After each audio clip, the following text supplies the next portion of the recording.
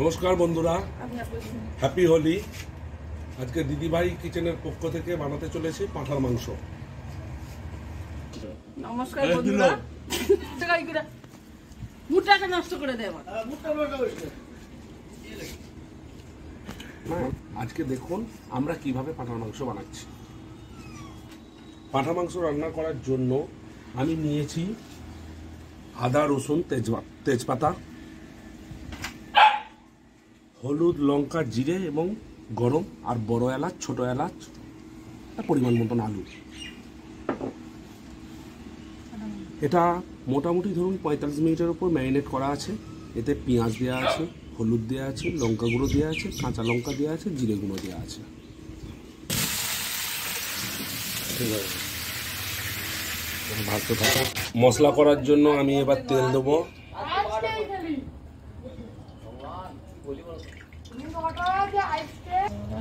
প্রথমে দিলাম বড় এলাচ,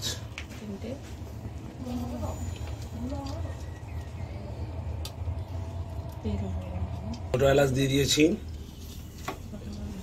দারচিনি দিলাম, লবঙ্গও দিয়ে দিলাম। হালকা এটা ভেজে নেব।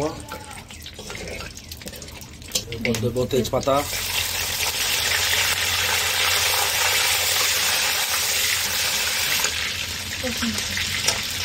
এরপর রসুন বাটা দিয়ে দিচ্ছি।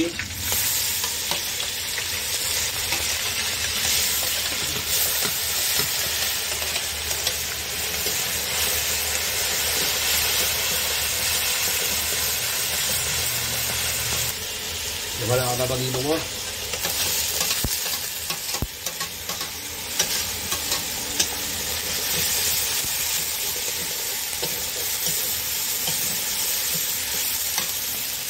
মধ্যে তো সব মশলা দিয়ে ম্যারিনেট করা আছে, তবুও আমি হালকা এই যে লঙ্কা গুঁড়ো দিলাম, হালকা হলুদ গুঁড়ো দিলাম, হালকা জিরে গুঁড়ো দিলাম।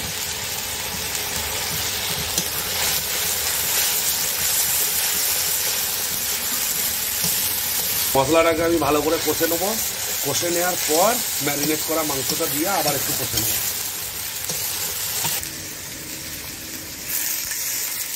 এবার আমি ম্যারিনেট করা মাংসটা এই কষা মশলার মধ্যে ছেড়ে দিলাম।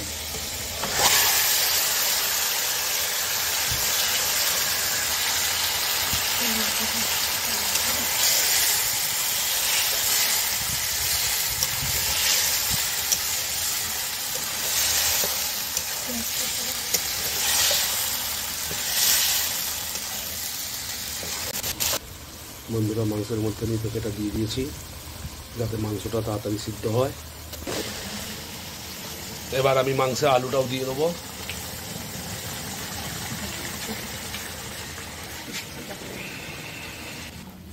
মাংসটা এখন কষা হয়ে গেছে।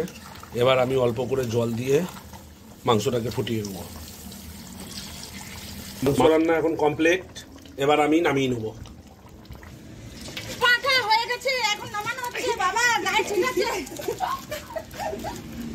আরেকটা দাও, আরেকটা গামলা দাও। এটা থেকে এটা জুস কমিয়ে দাও তাহলে